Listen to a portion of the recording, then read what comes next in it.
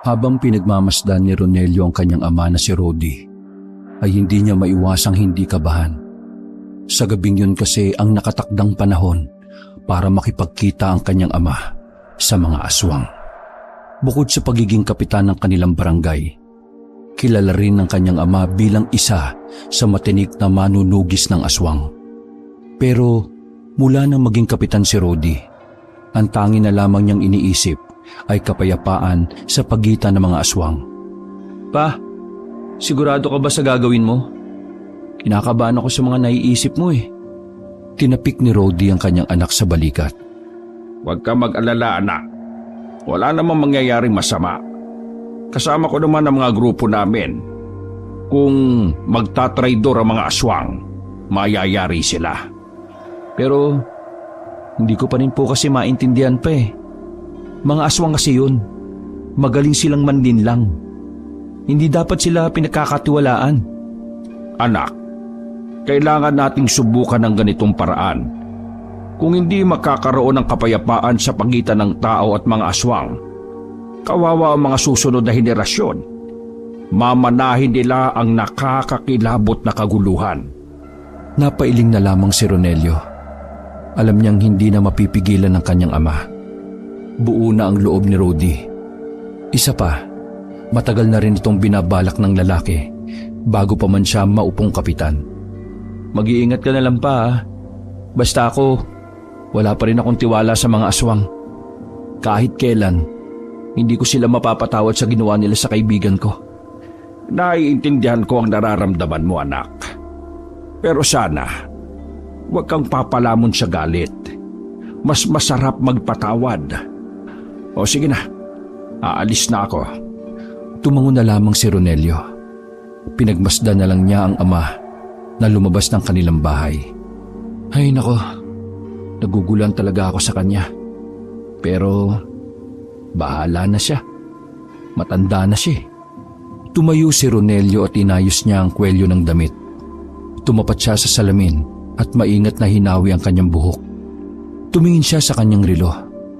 Mag-aalas 5 pa lang naman. Kaya naisip niyang magpunta na muna sa sementeryo.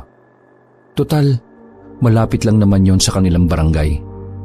Pagdating niya sa sementeryo, ay agad niyang hinanap ang puntod ng kanyang kaibigan. Pagdating niya sa puntod, ay naabutan niya ang isa niyang kaibigan na si Joma. Oh, akala ko nakalimutan mo na eh. Ngumisi si Ronelio at tinabihan ng kaibigan. Pwede ba namang makalimutan ko ang pinakamasakit na araw nating magkakaibigan? Tila may bumara naman sa lalamunan ni Joma, kung kaya't hindi agad ito nakapagsalita. 1 taon na mula nang mamatay ang kanilang kaibigan na si Titoy. Namatay ang binata sa paniniwalang inatake ito ng mga aswang sa gubat. Natagpuan na lamang kasi nila na wala ng buhay ang lalaki. Nakahandusay sa damuhan at wasak ang damit at marami itong kalmot sa muka. Kanina ka pa rito? Iniba na lamang ni Ronelio ang usapan. Nang sa ganon ay maging magaan naman ang atmosfera ng kanilang paligid. Kararating ko lang din. Mga 10 minuto na sigurong nakalilipas. Umalis na pala sila, Papa. Ano? Tinuloy nila? Oo eh. Ewan ko ba sa tatay ko? Bakit sila nagtitiwalang tutupad ang mga aswang sa kasunduan? Ay nako, hindi ko maintindihan yung tatay mo, pre. Alam naman ni Mang Rodi na aswang ang pumatay kay Tito, hindi ba? Ako man din naiinis, no? Kung ako lang ang masusunod, uubusin ko yung mga aswang na yun. Yun lang ang paraan para magkaroon ng kapayapaan sa probinsyang ito. Hayaan na muna natin siguro natin yun. Baka hindi natin alam na meron palang pinaplano yung tatay mo. Sana nga. Sana lang talaga may magandang kalalabasan yung ginagawa niya. Kasi kapag namatay siya dyan, hindi lang naman kami ang apektado eh. Buong barangay. Kung sa bagay, pre, naging kapitan na kasi yung tatay mo eh. Oo nga eh. Pero maiba nga ako. Saan tayo ngayon? Tambay o inom. Kahit ano, lubos-lubusin na natin. Kapag nagpasukan na hindi na natin ito magagawa. O ano pang iniintay natin? Tara mo na! Tumayo ang dalawa at nagpaalam sa puntod ng namatay nilang kaibigan. Nagakbayan pa ang dalawa at sabay nang naglakad palabas ng sementeryong yon. Kumagat na ang dilim nang pumunta ang magkaibigan sa madalas nilang pagtambayan. Ang abandonadong bahay na pinaniniwala ang tinirhan pa ng mga Kastila noon. Dala-dala nila ang isang bote ng lambanog. Kasama na rin doon ang chicharon na kanilang pupulutanin. Nasa bungad lang naman ang abandonadong bahay na yon pero walang gaanong nang nagpunta roon dahil marami ang natatakot. May usap-usapan kasi noon na sa bahay na yon namamalagi ang mga lumilipad na aswang. Pero walang pakialam doon si Ronelio at Choma. Mula nang nawalan sila ng kaibigan, wala na silang pakialam kung sinong aswang pa ang kanilang makakaharap. Sa katunayan, laging nakahanda si Ronelio sa lahat ng oras. Pasimple siyang nagdadala ng patalim sa tuwing aalis siya ng bahay. Ano, tara! Simulan na natin to! Nasa terrace sila ng abandonadong bahay na yon. Gasera lamang ang nagsisilbi nilang ilaw. Pre, wala ka bang napapansin? Napatigil si Joma sa paglalagay ng alak sa maliit na baso. Napapansin? Saan? Sa paligid ng lugar na ito. Parang may nagbago eh. Napansin ko lang nawala yung ribulto ng mga santo. Halos isang buwan din kasi tayong hindi pumasyal dito eh. Baka mamaya niyan totoong binahayan na nga ito ng aswang. Tumayo si Joma. Oh, saan ka pupunta? Titingnan ko kung may ibang nandito ngayon sa area. Iba rin ang pakiramdam ko eh. Sira ulo. Di sasama ako. Tara, let's! Sabay silang bumaba at nilibot ang palibot ng bahay. Mansyon na kasi ang bahay na yon, kaya naman may kalakihan talaga. Kailangan pa nilang ikutin para malaman kung may iba pa bang naroon. Pero wala silang napala. Tanging mga ibon lang ang nakadapo sa mga nalalagas na puno ang naroon. Weirdo nga ng pakiramdam, no? Para talagang may nagmamasid sa atin dito ngayon eh. Makiramdam lang muna tayo, pre. Kahit nakatuon ang kanilang atensyon sa pag-iinom, hindi sila nagiging kampante sa paligid. Alam nila na kahit na anong oras ay maaring may mga dumating na aswang. Kapag nagkataon, handang-handa ang dalawa sa maaring sagupaan. Mas gusto pa nga nilang makakita ng aswang nang sa ganon ay maiganti nila ang kanilang kaibigan na si Titoy. Lumipas nga ang mga sandali, nakaramdam na rin sila ng tama. Pansamantala nilang kinalimutan ang binabantayan nila sa paligid. Pero maya-maya lamang ay napatigil sila sa pag-iinom nang makarinig ng malakas na kalabog. Dali-daling hinanap ng dalawa kung saan nagmumula ang kalabog na yon. Hanggang sa nakita na lamang nila ang isang matandang lalaki na nakahandusay sa lapag. Tinutukan nila yon ng ilaw at doon nila nalaman na ang matandang yun pala ay isang aswang. Sugatan na matandang aswang at sumusuka na ito ng dugo. Base sa itsura ng aswang na yon, masasabi nilang dalawa na tila mahalaga ang matandang yon sa angkan ng mga aswang. Nakita kasi nila ang mga kakaibang tato sa katawan nito. Traidor ang mga tao! Traidor kayo! Nanlalaki ang mga mata ni Ronelio at Choma sa mga pagkakataong yon. Hindi naman sila natatakot. Sadyang kinakabahan lang sila sa maaring mangyari pagkatapos noon. Anong gagawin natin dyan? Hayaan na lang natin. Mamamatay rin naman yan eh. Dahil sa ginawa ng mga tao, muling sisiklab ang kaguluhan. Sinusumpa ko! Tuluyan ang nalagutan ng hininga ang matandang aswang. Nakadilat at nakalabas pa ang dila ng matandang yon. Pre, kapag nalaman ng ibang aswang ang pagkamatay nito, mayayari ang tatay mo. Wisit. Kung ganun kailangang walang makaalam nito. Tara, ilibing na lang natin dito. Nagmamadaling nagukay ang dalawa sa likuran ng bahay na yon. Nawala ang tama ng lambanog sa kanila. Sa halip, napalitan ito ng kaba. Pareho nilang ayaw ang kagustuhan ni Mang Rodi, ang kapayapaan sa pagitan ng mga aswang. Kung tutuusin, wala dapat silang pakialam. Pero dahil inaalala rin nila ang kani-kanilang mga pamilya, kailangan nilang pagtakpan ang pangyayaring yon.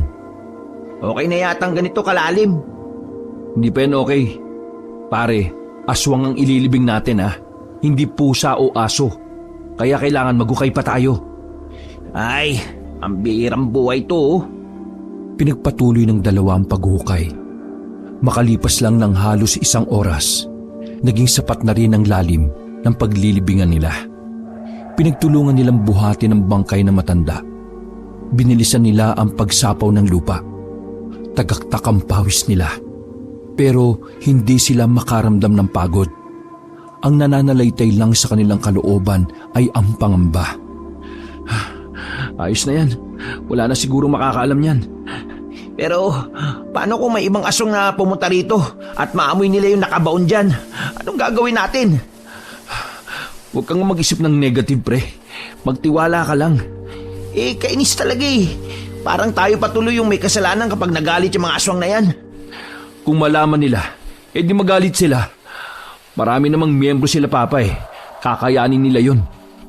Pre, huwag kang kampante Hindi pa rin natin alam kung anong kakayahan talaga nila. Bakit? Natatakot ka ba sa kanila? Akala ko ba'y gaganti natin si Tito Hindi ako natatakot sa kanila.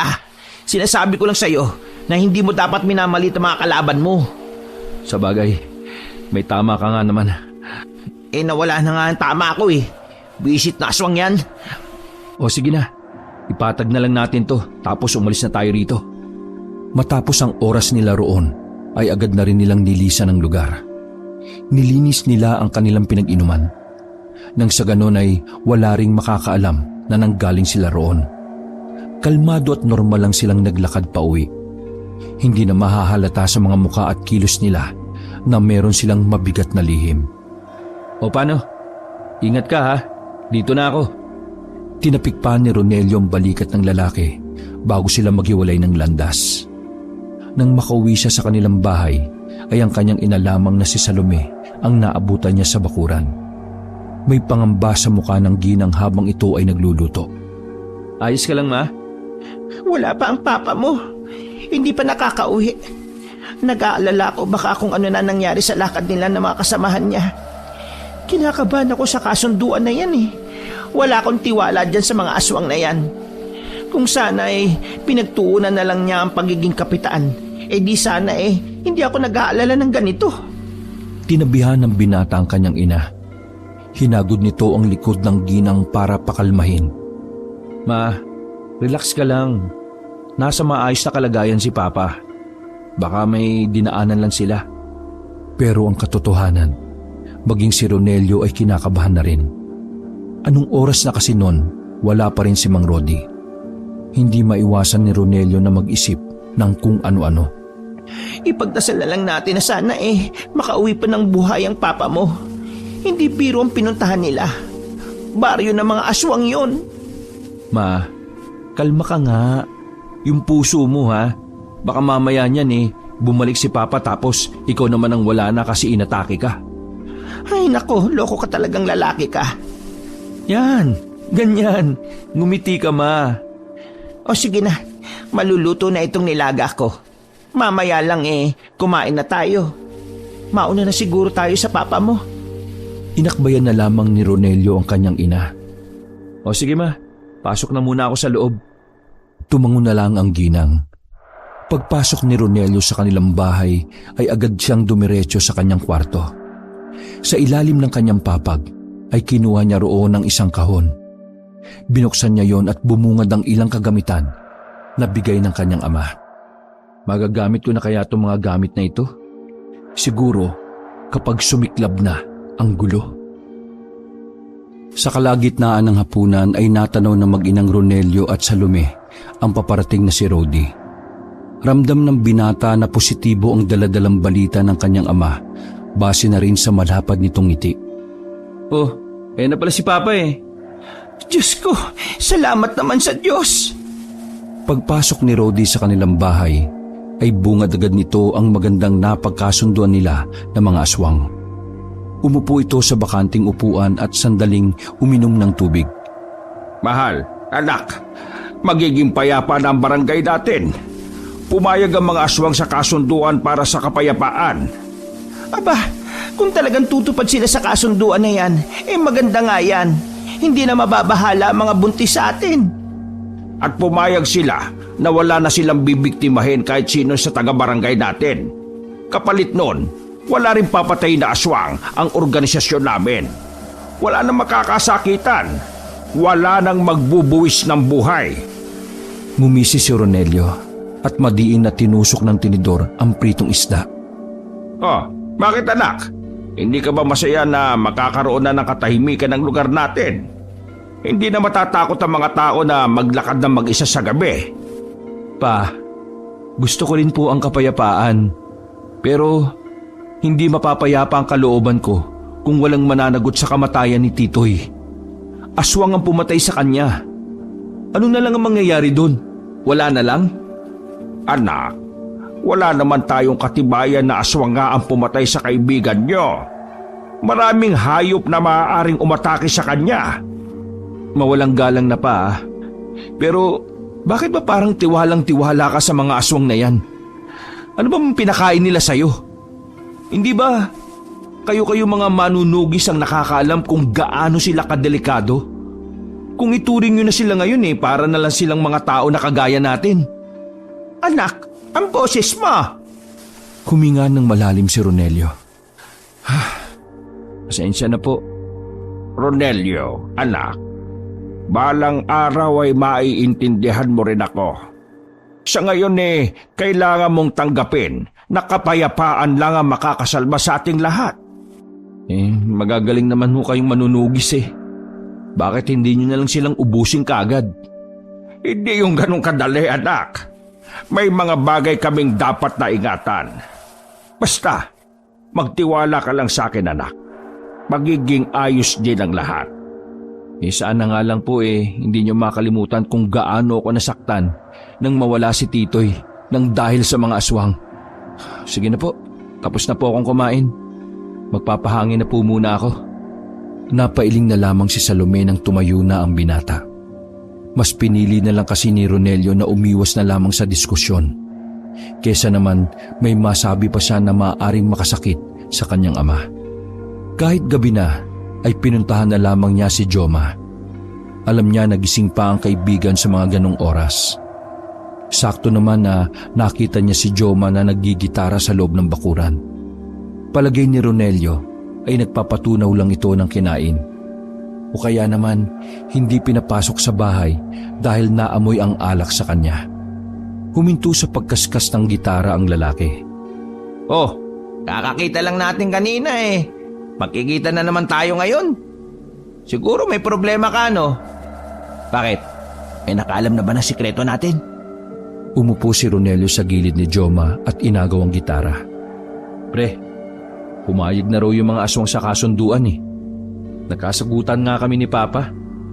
Ang gulo kasi. Parang wala siyang pakialam na dahil sa mga aswang na yun namatay si Titoy. Alam mo pre, napagtanto ko lang kanina Sa tingin ko, tama lang yung ginawa ng papa mo Para kapag naging kampante na ang mga aswang, doon natin sila patayin. Maluwag yata ang tornilyo ng utak mo Ano ka ba? Di kapag ganun ang ginawa mo, napahamak naman lahat. Kung gagawa ka ng ganyan, dapat isang bagsakan lang ng lahat ng aswang. Dapat lahat sila mamatay. Di sila ba natin silang lahat kapag piyesta na nila? Ikaw talaga Madali lang magsalita ng ganyan pre. Pero mahirap gumawa ng kilos ng walang magandang plano. Ano bang plano mo? Bumuntong hininga ang binata. Maging siya rin kasi ay hindi alam kung ano ang gagawin. Ay nako, hindi ko rin alam. Siguro sa ngayon sasakyan ko na lang muna yung lahat ng nangyayari. Sabay sa agos, ganun. Mas maganda nga sigurong ganyan na muna yung gawin natin. Pero Joma, kilala mo ko. Hindi ako papayag na ganun lang. Nagpakita ng nakakalokong ngiti si Ronelio. Nasa ngiting yun ang kung anuman ang nabubuong plano sa kanyang isipan. Akin na nga yung gitara. Di ka naman marunong mag-gitara Kukunin na sana ni Joma ang gitara nang may makita silang babaeng nakatayo sa labas ng bakuran. Nakasaklob ang mahaba at buwaghag na buhok ng babae sa mukha nito. Sa mga sandaling yon ay agad na dumaloy ang kaba sa kalooban ni Ronelio. Para bang may kung anong kilabot na nabuhay sa kanyang mga ugat. Tumayo si Ronelio at tinawakan ng dalawang kamay ang gitara. Inihanda na niya ang sarili sa posibilidad na lumapit sa kanila ang babaeng yon. Pre, anong gagawin mo? Nagtataka si Joma kung bakit parang handang-handa ng makipagpatayan si Ronelio. Nagtatanong ka pa talaga? Nakikita mo naman yan, di ba? Bumuga ng hangin si Joma. Natawa na lamang ito sa kanya. Bakit? Iniisip mo bang aswang yan? Ha? Baliw!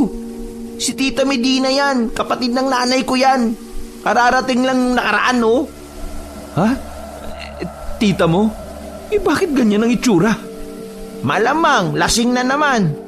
Kapag yan kasi umuuwing lasing, parang nakakatulog yan ng nakatayo. Ewan ko kung papaano niya nagagawa yun. Basta, nakasanayan na raw.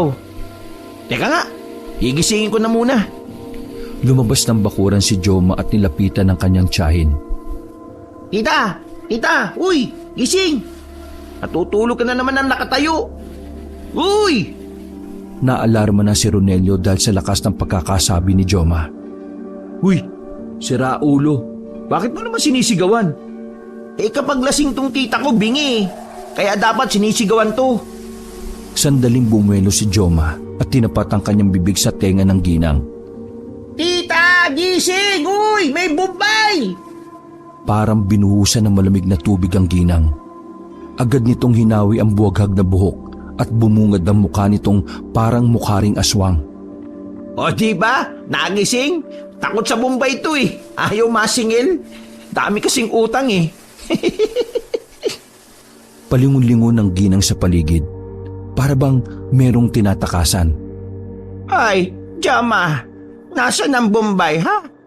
Binalik mo ba ako sa Maynila? Maynila na ba ito? Hala, may Bombay dito. Papasok na sana ng bakuran ng ginang na si Medina, pero bigla itong nadapa. Tinulungan nila yung makaupo sa mahabang upuan. Pre, pabantay nga muna. Kukuha lang ako ng sabaw sa loob. Papahigupin ko muna to ng mainit pa para mawala yung tama. Okay ah, sweet mo pala sa lola mo ah. Gagi, tita lang. Ay, tita nga pala. Pumasok sa bahay si Joma at naiwang nakaalalay sa likuran ng ginang si Ronelio. Nakayuko lang ang ginang at may kung ano ang naririnig ni Ronelio mula rito. Ay nako, bakit pa ako binalik dito sa Manila? Kakainis naman no. Sisingilin ako ng Bombay rito eh. Ibalik niyo ako sa probinsya. Tita, wala ho kayo sa Maynila. Nandito po kayo sa probinsya. Hindi siya pinansin ng ginang at patuloy lang ito sa pagsasalita. Doon sa probinsya, may mga aswang doon sa abandonadong bahay. Oo, aswang yon. Kakainin sana ako eh. Pero ayaw atang mautangan, kaya hindi ako pinansin. Aswang, pautang naman no. Sabi ko sa kanya, abay biglang nagtatatakbo. Sa sinabing yun ng ginang ay bigla na lamang kinabahan si Ronelio.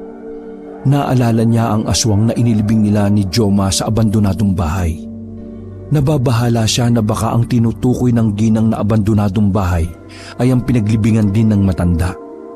Mga ilang sandali pa ay nakabalik na rin si Joma. Dala na nito ang tasa na may laman na sabaw ng nilaga. Inabot naman ito kagad ni Joma sa kanyang tiyahin. Tinanggap naman yun ng ginang at saka tumikhim. Aray, mainit. Baka bagong luto ito.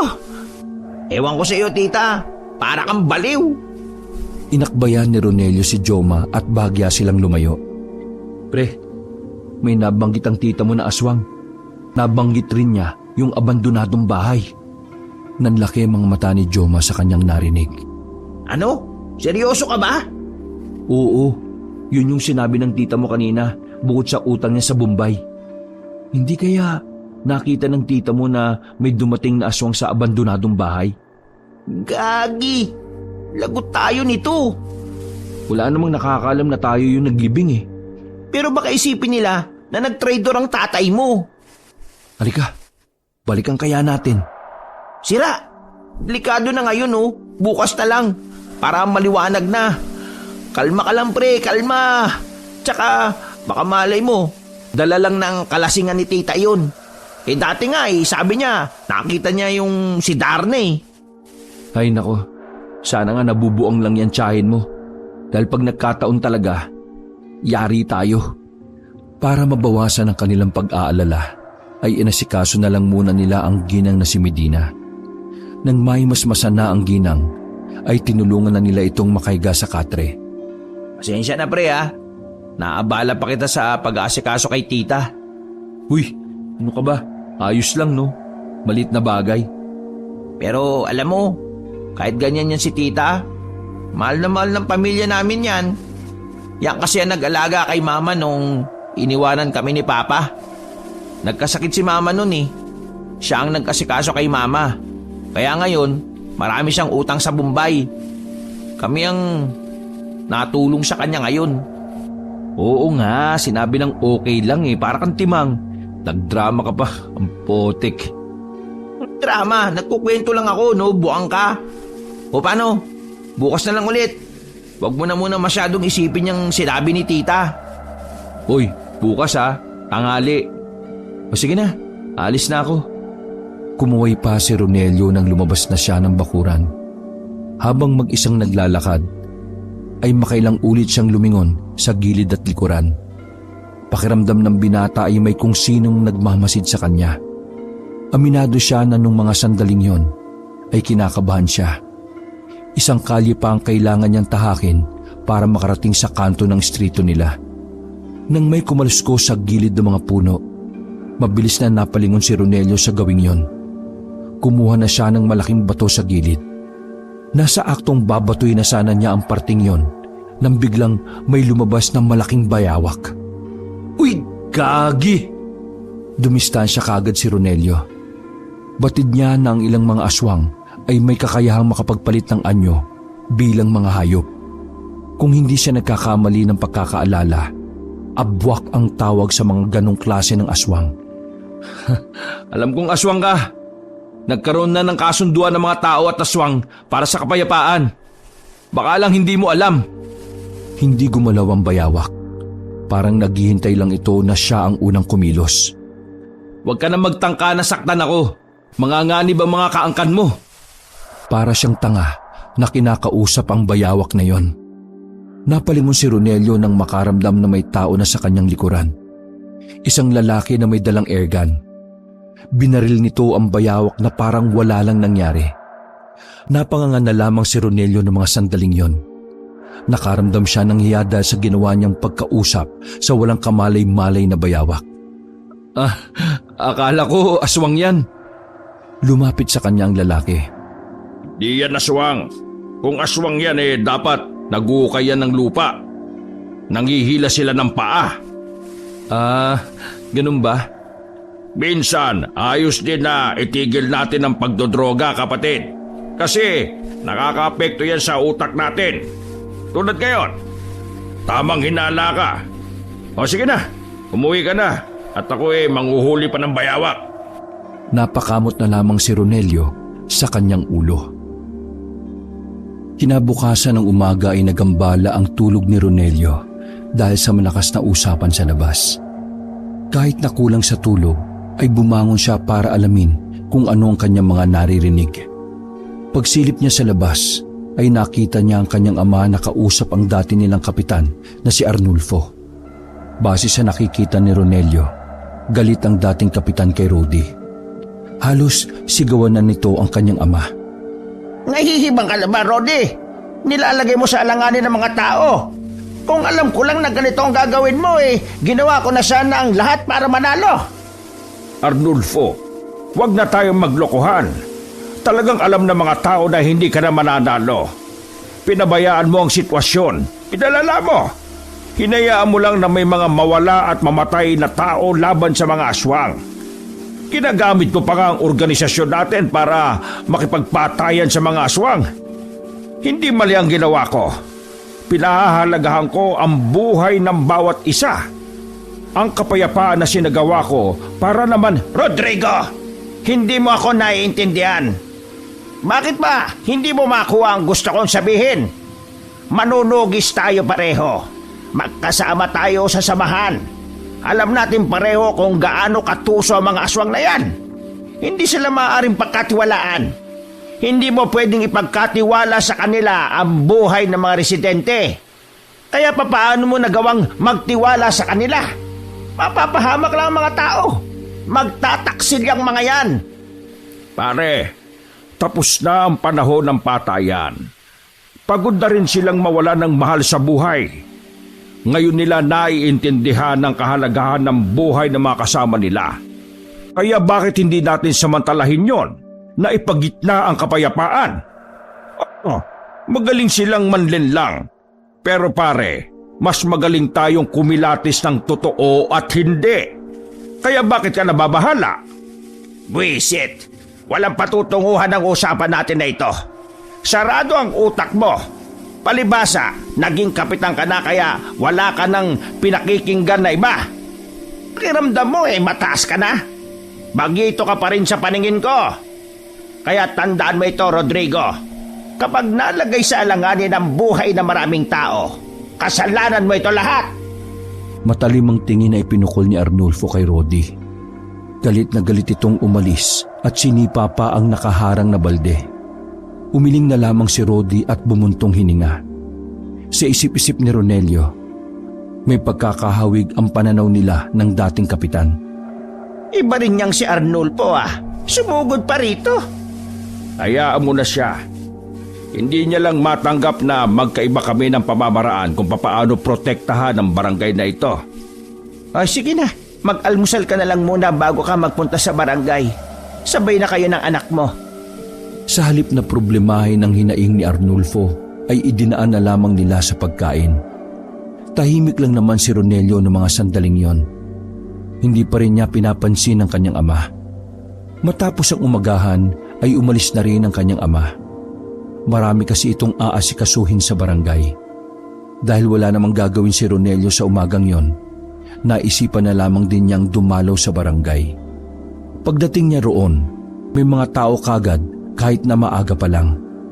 Kitang-kita niya kung gaano kaabala ang kanyang ama sa pag-aasikaso ng mga tao. Aalis na sana siya nang mapansin niyang may mga dumating na 7 tao.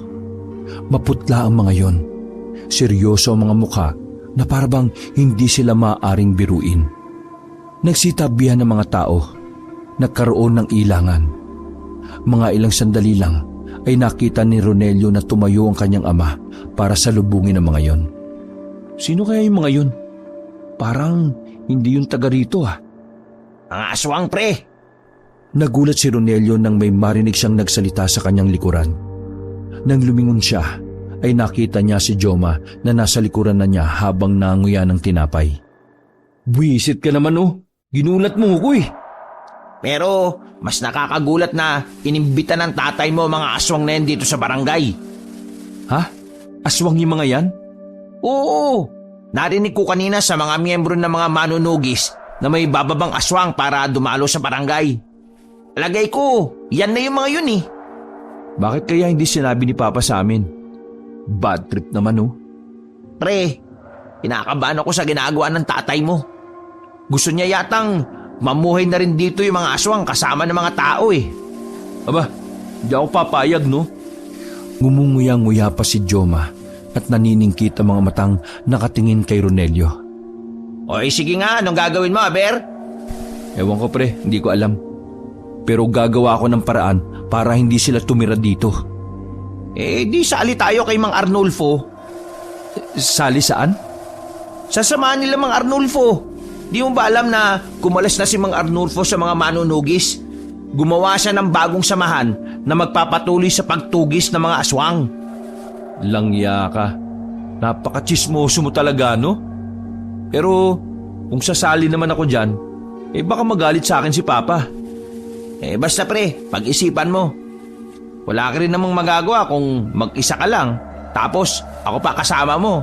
Kapugian lang ang ambag ko. Napahawak sa baba si Ronelio at napaisip. Noong mga sandaling yon, ay batid niya na malaki ang maitutulong ng samahan ni Arnulfo kung babalakin niyang maitaboy ang mga aswang. Pero kahit na may di sila pagkakaunawaan ng kanyang ama, nanatili pa rin naman ang kanyang respeto. Ang kaso nga lang, may mga pagkakataon na sadyang matigas ang bungo ni Ronelio. Dahilan para makabuo siya ng isang desisyon. Pagdating ng tanghali ay umalis na rin si Ronelio at Joma. Babalikan nila ang abandonadong bahay kung saan naroon ang pinaglibingan ng matandang aswang na nakita nila. Ilang metro na lang ay naroon na sila sa bahay nang makita nila si Arnulfo. Kasama ng dating kapitan ang ilan nitong bataan. Agad na gumilid ang dalawa at pinakinggan lamang kung ano ang sinasabi ng mga yon. Malakas ang kutob ko na dito yung dumaan eh. Basta, mamamatay na yun. Kailangan nating mahanap ang bangkay ng aswang na yon. Nang sa ganon, mas madali nating masisira ang kasunduan ni Rodi sa mga aswang. Kailangan nating mapadala ang ulo ng matandang aswang na yon para magalit sila sa mga tao. Kapag nangyari yon, mawawala ng bisa ang kasunduan at dito na tayo magkakaroon ng pagkakataon na ubusin ang mga salot na aswang na yan. Kinabahan si Ronelio sa kanyang natuklasan. Dahil sa mga sinabi ni Arnulfo, binabawi na niya ang binabalak na pagsali sa grupo ng lalaki. Alam niya kung ganoon kalaking gulo ang magaganap sa oras na gumawa ng hakbang si Arnulfo. Ibig sabihin, sila ang pumatay sa matandang aswang na inilibing natin? Walang duda. Sila nga. Gagi, baka mahukay nila yung aswang. Mas lalo pang kinabahan ng dalawa nang makitang pumasok na ang grupo ni Arnulfo sa loob ng abandonadong bahay. Hindi nakatiis ang dalawa kaya gumawa na rin sila ng paraan para makalapit. Palihim silang sumilip. Nakita ng dalawa sila Arnulfo na nililibot ang gilid-gilid ng bahay. Nang makita nilang nakatapak si Arnulfo sa mismong pinaglibingan ng aswang, tumagaktak na ang kanilang butil-butil na pawis. Halos tawagin na nila ang lahat ng santo sa kanilang paulit-ulit na dasal. Nakahinga lamang sila ng maluwag nang makitang palabas na ang mga yon ng abandonadong bahay. Mabuti naman, akala ko mayayari na tayo eh. Lumabas ang dalawa sa kanilang pinagtataguan. Pumasok sila sa loob ng mansyon at pinuntahan ang libingan ng matandang aswang. May napansin na kakaiba si Ronelio sa lupa kung kaya't agad siyang nagtaka. Medyo kakaiba na kasi ang pagkakapatag ng lupa kumpara sa pagkakapatag noong una. Pre, parang may nagbago rito ah. Oh, anong nagbago? Tingnan mo, yung pagkakapatag. Parang hindi maayos eh. Pinatag natin ito ng maigi, hindi ba? Lumod pa si Joma at sinuri ng maigi ang lupa. Maging ito ay napansin din niya ang bagay na yon. Oo nga no. Tara, hukayin natin. Tumango lamang si Ronelio. Wala silang sinayang na oras. Hinanap agad nila ang panghukay na ginamit nila. Dali-dali nilang binungkal ang lupa. Makalipas lang ang halos kalahating oras, ay nawindang sila sa kanilang nakita. Wala na ang bangkay na matandang aswang. Nakaramdam ng kakaibang lamig ang dalawa kahit natirik naman ang araw ng mga sandaling yon. Labis ang kaba na kanilang nararamdaman. Sa mga sandali pa lang na yon, kutob na nila na may kaguluhang magaganap. Anong gagawin natin nito? Mukhang may nakakuha ng bangkay. May nakakita kaya sa atin? Hindi kaya mga aswang din yung nakarecover sa aswang? Hindi natin alam. Pero kung sila man, di sana nanggulo na kaagad sila.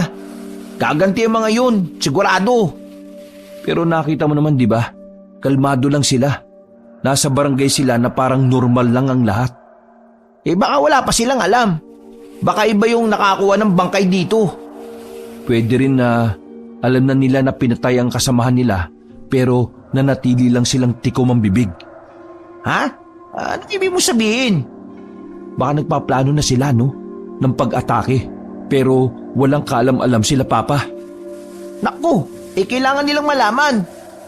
Pero sandali, kapag nalaman nilang tungkol sa bangkay, malalaman na rin nila na sila Arnulfo ang pumatay sa aswang. Kapag nagkataon, sila ang magkakagulo. Baka samantalahin yun ng mga aswang, saka sila lumusob.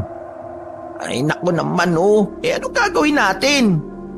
Tama, kailangan itong malaman nila Papa.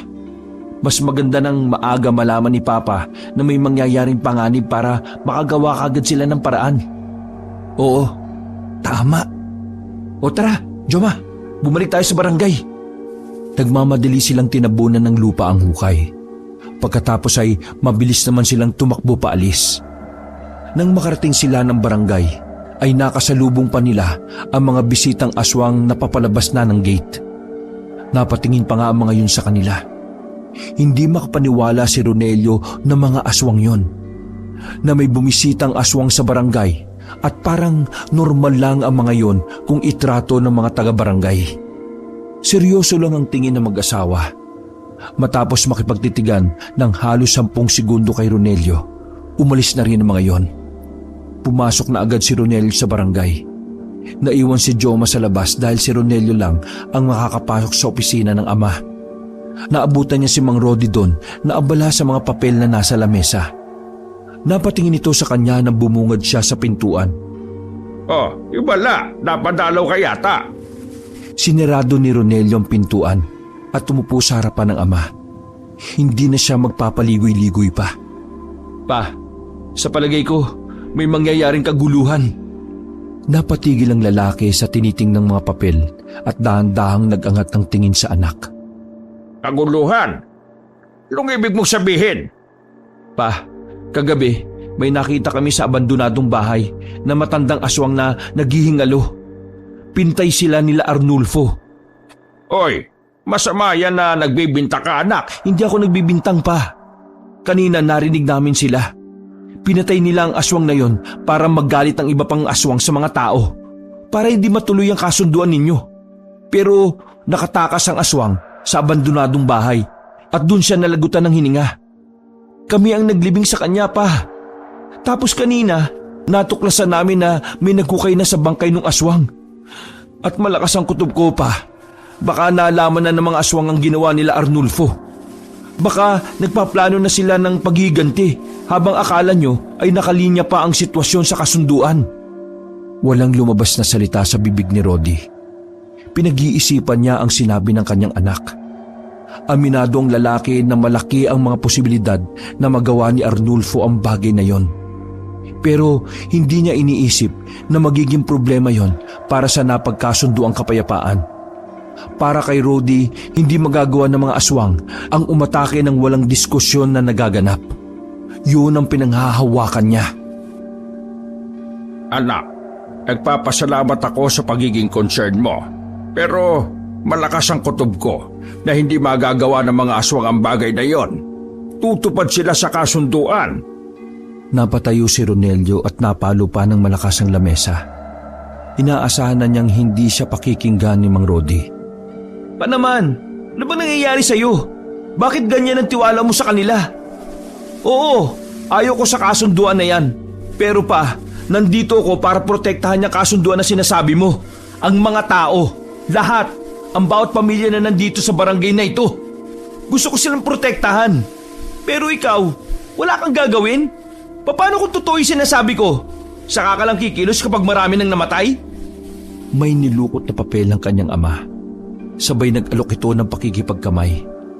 Nung unay hindi yon maintindihan ni Ronelio. Pero nang makipagkamay na siya at makuha ang papel, nakita niyang tila may naisabi ng kanyang ama na hindi tumasabi-sabi ng verbal. Pasensya ka na, anak. Pero malaki talaga ang tiwala ko sa mga aswang. Kung ayaw mo sa gusto kong mangyari, kalimutan mo na ako bilang ama mo. Habang sinasabi yun ni Rodi, napansin ni Ronelio na parabang sinasabi lang yun ng kanyang ama ng sadya. Tumingin-tingin nga si Ronelio sa paligid kung merong nakikinig sa kanila. Pero wala naman. Sige na, umalis ka na. Ninuso pa ni Rodi sa anak ang papel na basahin ang nakalagay. Nalilito naman si Ronelio noong mga sandaling yon. Lumabas siya ng opisina at umalis sila ng barangay ni Joma. Nang medyo nakalayo na, ay saka lamang naisipan ni Ronelio na alamin kung ano ang nakasulat sa papel. Oh, ano yan pre? Love letter ni Mang Rodi sa mama mo? Panis! Muling ibalik ang tamis ng pag-ibig! Sira ulo, may importanteng nakasulat dito. Yun ang pakiramdam ko. Binuklat ni Ronelio ang papel. Nang basahin niya nga ang nakasulat ay nagulat siya sa tunay na ginagawa ng kanyang ama. Nakaramdam siya ng konsensya at hiya dahil sa lahat ng pagkontra niya. O pre, ayos ka lang? Nag-alala si Joma dahil napansin niyang parang maiiyak na si Ronelio matapos basahin ang nasa papel. Ano ba nakalagay? Last will na ba yan? May pamana sa'yo? Akin na nga! May ibang plano si Papa. Ginagamit niya ang kasunduan na yon para pagplanuhan ng maayos kung paano nila uubusin ang mga aswang ng isang bagsakan. Alam ni Papa na hindi mapagkakatiwala ng mga aswang. Nagpapanggap lang siya na walang alam para hindi makahalata ang mga aswang. At para mas mapaniwala nila na kapayapaan ang gusto ng organisasyon. Pero ang totoong plano nila, patayin ang mga aswang kapag kampante na sila sa kasunduan. Ibig mong sabihin, hindi totoong ayaw kang pakinggan ng tatay mo? Nasang-ayon siya sa lahat ng sinasabi mo, pero nagpapatay mali siya lang siya? Eh kung ang layunin naman pala nila patayin ang mga aswang, bakit hindi niya pinaliwanag na maayos? Ay nako, akala ko ba binasa mo ng buo? Pangit ang sulat ng papa mo hindi ko maintindihan Kailangan ni Papa na paniwalain ang mga aswang na ang tiwala ni Papa ay nasa mga aswang. Hindi niya masabi ng berbal ang katotohanan. May naipasok daw ang mga aswang na insekto sa katawan ng tatay ko. Yung insekto daw na yon ay parang spy nila. Na kung anong sasabihin ni Papa, maririnig ng mga aswang. Kaya wala talaga siyang magagawa kundi magsalita na parang wala siyang pinakikinggan na iba. Insekto? Kung ganon, ang hirap pala na kalagayan ng tatay mo. Kaya nga ako nakukonsensya Pero hindi ko pa rin alam kung ano ba talaga ang plano nilang gawin. Alam na nila na pwede mag-traidor ang mga aswang Lalo pat parang alam na ng mga aswang na pinatay ang isa sa pinakamatandang aswang sa lahi nila. Sa palagay ko, mukhang kailangan nating tulungan ng tatay mo. Sumali tayo sa kanila. Yan din ang naiisip ko Gusto kong bumawi kay Papa. Ngayong alam ko na ang totoo niyang plano, hindi ako magdadalawang isip na isugal ang buhay ko para sa barangay na ito. La, bayanihan ang dating Pag ikaw namatay, wag mo akong dadalawin Ay nako Joma, bahala ka na nga. Uy, biro lang. To naman seryoso mo masyado Alam mo naman gusto ko rin mabigyan ng hustisya yung pagkawala ni Tito Kinagabihan, pagkatapos magsibak ng kahoy ay lumabas ng bahay si Ronelio. Kumalat kasi ang balita na dadalaw daw ang mga opisyal na mga aswang para sa salo-salong gagawin. Kumbaga, sa gabing yon ay ang kanilang pandangal na panauhin ay walang iba kundi ang kinatatakutan ng lahat, ang mga aswang. Habang naglalakad papuntang barangay, ay nakakasabay pa ni Ronelio ang mga nagdadaldalan. Pinag-uusapan nila ang pagdating ng mga aswang sa kanilang lugar. Ang isa ay tutol sa ganon. Pero may iba naman na sabik at gustong makilala ang mga aswang. Natanaw na ni Ronelio ang barangay. Kita niya na merong mahabang lamesa na nakalatag sa malawak na bakuran ng barangay. Nang makita siya ng kanyang ama, ay kaagad siya nitong sinenyasan na lumapit. Sa oras na yon, hindi sila pwedeng maging close sa isa't isa. Kailangan nilang umarte na parang magkagalit. Nang sa ganun ay hindi makalata ang sino mang aswang na nagmamasid sa kanila. Kapag nakuha na namin ang loob ng mga aswang, matatapos naman na ang problemang to. Makakabalik na rin sa dati ang relasyon namin ng tatay ko. Nasasabi niya yon dahil namimiss na rin niya nakahulubilo si Mang Rodi. Mula kasi nang maupo itong kapitan, wala na itong bukang bibig kundi ang kapayapaan sa pagitan ng mga aswang at ng tao. Bakit ka napadalaw dito? Nandito ka na naman para ba makipagtalo? Ilang beses ko na bang sasabihin sa'yo na malaki ang tiwala ko sa kanila, sa mga aswang? Hindi malaman ni Ronelio ang sasabihin. Nakakailang pala na magpanggap na walang alam. Mas gusto niya na natural lang ang inis niya sa kanyang ama. Bakit? Bawal ba? Barangay to ah. Kasi, may pagkain. Bakit? Bawal ba makikain? Napailing si Rodi. Parang gusto nitong tumawa sa pag-arte na ginagawa ng anak. Kain. Puro kakain ah. Wala ka bang ginagawa kundi kumain? Wala kang ambag. Kaya magtrabaho ka para may makain ka. Hindi yung nakikikain ka sa pagkain na para sa mga aswang. Nagsalubong ang kilay ni Ronelio. Hindi niya malaman kung parte pa ba ng pag-arte nila ang sinasabi ng kapitan. O sadyang may halo ng paninermon ang mga lumalabas sa bibig ni Rodi. Loko to si Papa oh. Nagre-real talk ba siya? Akala ko ba arte-arte lang to? Ano? May sinasabi ka ba? Ha? Wala ho. Ang sabi ko, penging manok mamaya kung may matitira lang. Pero parang walang matitira eh. Mga dead hungry mga bisita mong aswang eh. Anong dead hungry? Ngumisi si Ronelio. Dead hungry? Patay gutom. Lumubo ang pisngi ni Rodi noong mga sandaling yon. Yumuko ito dahil muntikan na nitong matawa sa sinabi ng anak. Dami mong alam. Bahala ka kung anong gusto mong kunin dyan. Basta, ayaw ko lang na manggugulo ka mamaya kapag nandyan na yung mga bisita ko. Sige lang. Kinurot ni Ronelio ang isang litsyong manok. Natapyas ang balat nito, sabay subo kaagad sa bibig. Maraming tanod sa paligid. Kahit mga miyembro ng mga manunugis ay naroon din. Bantay sarado ang barangay. Kitang-kita ang paggalang nila sa mga aswang. Base sa kung papaano nila paghahandaan ng gabing yon.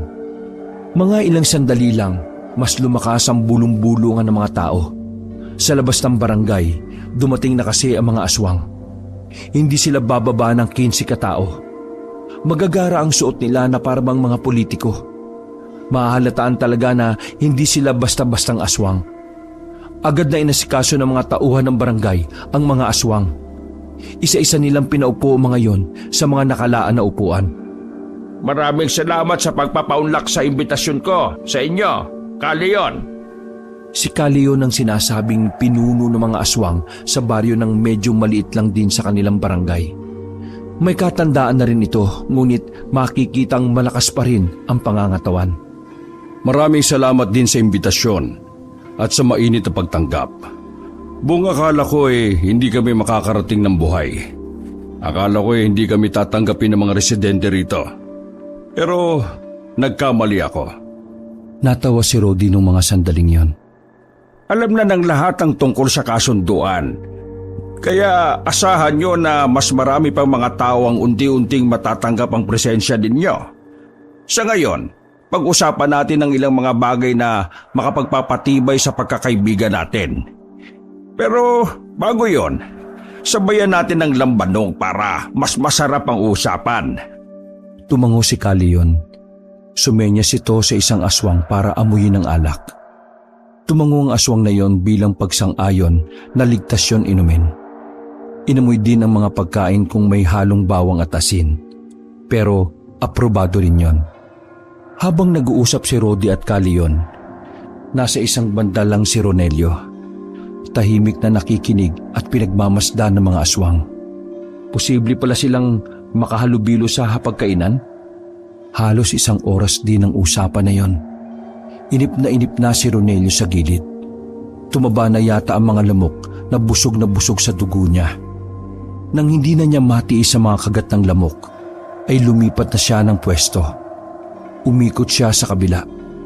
Sa hindi inaasahang pagkakataon, isang lalaki ang nakita niyang naninigarilyo. Sa itsura pa lang ng lalaki, alam na kagad ni Ronelio na aswang yon. Wala dapat siyang balak na pansinin ang lalaki, pero yun ang unang kumausap sa kanya. Ay, ikaw yung anak ni Kapitan Rodi, di ba? Oho, bakit to? Ako si Israel. Anak ako ng pinuno ng mga aswang na si Leon. Ikaw, anong pangalan mo? Ronelio ang pangalan ko. Bumuga ng usok ang lalaki na talaga namang pumunta pa sa mukha ni Ronelio. Nakaramdam siya ng inis sa lalaki, Pero ikinalma lang niya ang kanyang sarili. Parang bulkan niyang bibig mo, no? Nako, pasensya ka na hindi ko sinasadya. Sa isip-isip ni Ronelio ay hindi lang yon simpleng pagbuga ng usok. Alam niya na may kakaibang ginawa ang aswang na yon. Mabuti na lang ay may suot-suot siyang pangontra ng mga sandaling yon. Sa totoo lang wala akong tiwala sa inyong mga aswang Kasi aswang ang pumatay sa kaibigan ko. Kaya kahit na kailan, hindi ko mapapatawad ang mga aswang. Pero wala kang magagawa. Magiging parte na kami ng buhay ninyo. Ngumisi si Israel na parabang nang iinsulto pa ito. Yung nangyari sa kaibigan mo, alibutan mo na yon. Wala na yon. Ang malaga sa ngayon ay ang kapayapaan. Ang buhay na nasa kasalukuyan. Nakaramdam na ng inis si Ronelio. Palihim siyang nagalit sa pagbabaliwala ng lalaki sa kamatayan ng kanyang kaibigan. Pero dahil sa misyon ng kanyang ama at ng organisasyon, kinailangan niyang sikmurain ang pambabastos ng aswang na si Israel. Hindi mo ko maintindihan. Siguro, maintindihan mo lang ako kapag namatay na ang lahat ng mga kamag-anak mo. Nagbago ang reaksyon ng lalaking si Israel. Para itong nainsulto rin sa pasimpleng buwelta ni Ronelio. Pero may kapayapaan na. Kaya lalong hindi mo ako maintindihan dahil hindi mo na mararanasan ng mawalan. Bumuntong hininga na lamang si Ronelio. Kinakalma niya ang kanyang sarili. Ingat na ingat siya sa mga sinasabi niya. Alam niya kasi na kaunting pagkakamali niya lang ay maaring maghinala sa kanya ang aswang na yon. Ngumiti na lamang siya at patay mali siyang iniwan ang lalaki. Dahil sa ginanap na pagdalaw ng mga aswang sa barangay, ay nagkaroon ng mga pagtatalo. Ang ilan ay sang-ayon sa kasunduang pangkapayapaan, ang ilan naman ay hindi sang-ayon at tuluyan ng lalaso ng utak dahil sa sinabi ni Arnulfo. Ganun pa man, hindi nagpapatinag ang kasalukuyang kapitan na si Rodi. Itutuloy niya ang plano hanggang sa maging matagumpay ito. Kinabukasan, isang sulat ang natanggap nila mula sa mga aswang. Si Ronelio ang tumanggap ng sulat. Agad niya namang yung ibinigay sa kanyang ama. Nang basahin nila ang nakalagay sa sulat, ay nalaman nilang imbitasyon yon ng mga aswang. Bilang paggalang daw, sila naman ang mag-iimbita para dumalo ang mga tao sa kanilang baryo. Nagkatinginan si Ronelio at ang kanyang ama. Sa mga tingin na yon, ay naintindihan nila na delikado ang gusto ng mga aswang. May kutob na rin ang mag-ama na baka may masamang mangyari. Ganun pa man, nagdesisyon pa rin si Rodi na patusin ang imbitasyon. Para kasi sa kanya, yun na ang pinakamagandang pagkakataon para isagawa ang kanilang plano. Naku ka, Rodi, delikado na naman yan. Paano kung mapahamak kayo riyan? Oo nga't kasundo mo na ang ibang aswang. Pero paano naman ang mga hindi mo kasundo? Baka sila ang manakit sa iyo. Diyos ko! Mahal ko, huwag ka mag-alala. Magiging maayos din ang lahat. Magtiwala tayo sa pagiging tapat ng mga aswang. Bumuntong hininga na lamang ang ginang. Hindi na nito kinontra pa ang aswang. Napapaisip nga rin si Ronelio sa mga sandaling yon kung may ideya na nga ang kanyang ina sa totoong hangarin ng kanyang ama. Pagkatapos ng kanilang umagahan, may iniwang papel si Rodi sa lamesa bago ito pumunta ng barangay. Nakalagay sa sulat na siya ang inaatasan na tipunin ng mga miyembro ng manunugis. Sa kabilang papel naman ay naroon ang mga plano. Ipapakita na lamang niya yon sa kanang kamay ni Rodi sa organisasyon. May tiwala sa akin si Papa, kaya sa akin niya ito pinagagawa. Kailangan kong galingan.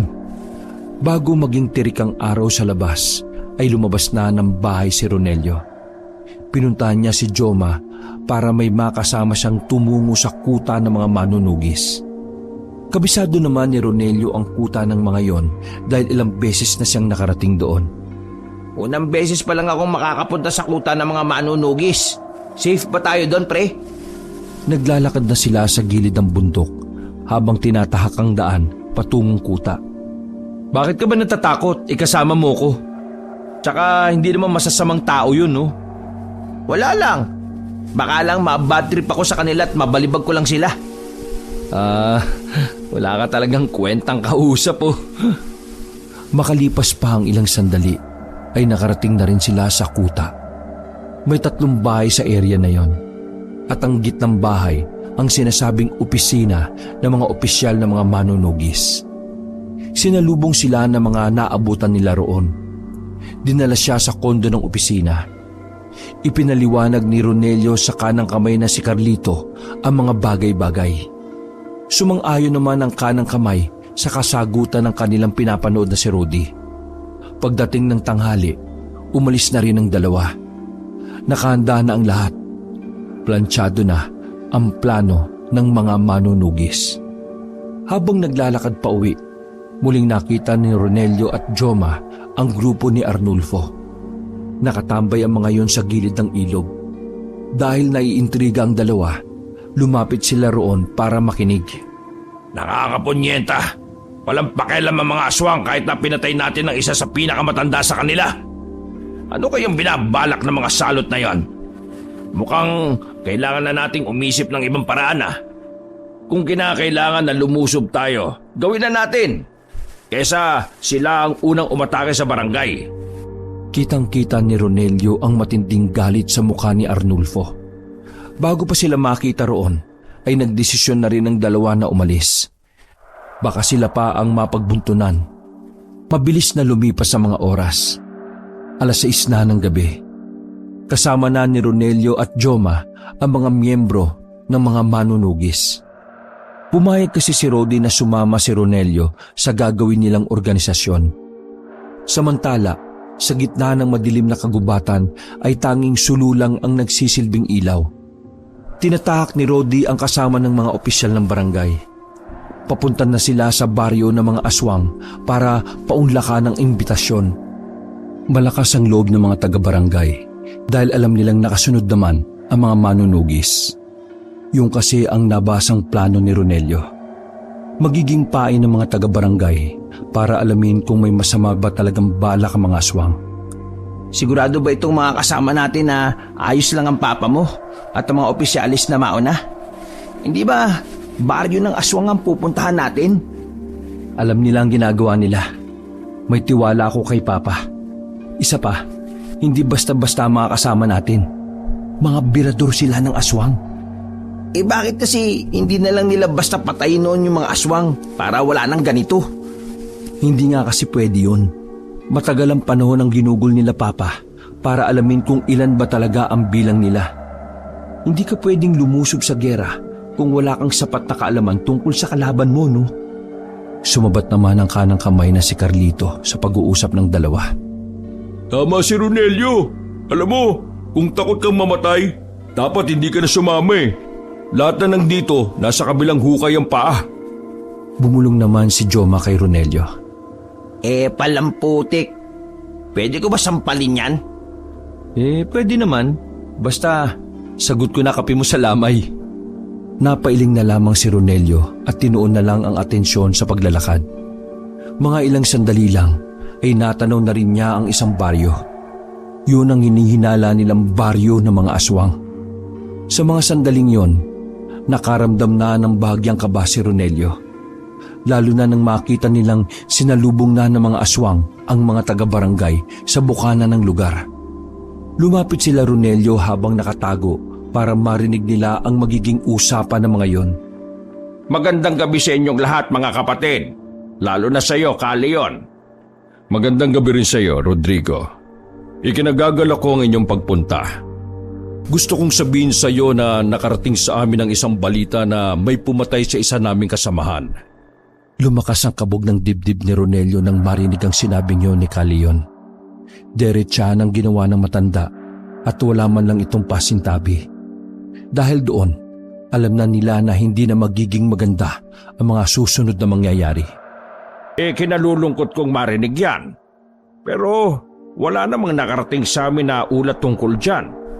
Bago natin simulan ang usapan na yan, maaari ba kaming pumasok para formal na pag-usapan ng insidenteng sinasabi ninyo? Hindi sumagot si Leon. Seryoso itong nakatingin sa kanila na halos 1 minutong katahimikan at ramdam ng lahat ang tensyon. Una pa lang alam ko nang walang patutunguhan ng kasunduan. Kaya simula pa lang, wala na akong tiwala sa iyo, Rodrigo. Sumilay ang nakakalukong ngiti ni Leon. Leon, anong ibig mong sabihin? Pasensya ka na, kaibigan. Pero hindi mo maloloko ang mga aswang. Alam namin na papatayin mo rin kami. Pinatunayan niya ni Arnulfo dahil pinatay niya ang kasamahan namin. Nanlilisik ang mga mata na matanda. Ganon din ang ibang opisyal ng mga aswang. Pero may kasunduan at wala nang kasunduan. Ngayong gabi, dadanak ang dugo. Mga kasama, patayin ang mga tao ito! Napatras na sila Rodi. Bigla na lang ding nagbagong itsura ng mga kaharap nila. Nang nasa aktong aatake na ang mga aswang, ay bigla na lang napahinto ang mga yon. Napahawak sila sa tiyan at maging si Calion din. Anong nangyayari? Bakit? Bakit ang sakit ng tiyan ko? Ngumiti si Rodi at nagsalita na parabang nakuha na nito ang tagumpay. Pasensya ka na rin, Leon. Pero yung ininom ninyong tuba kagabi, may lason yon. 1 araw yon bago umepekto.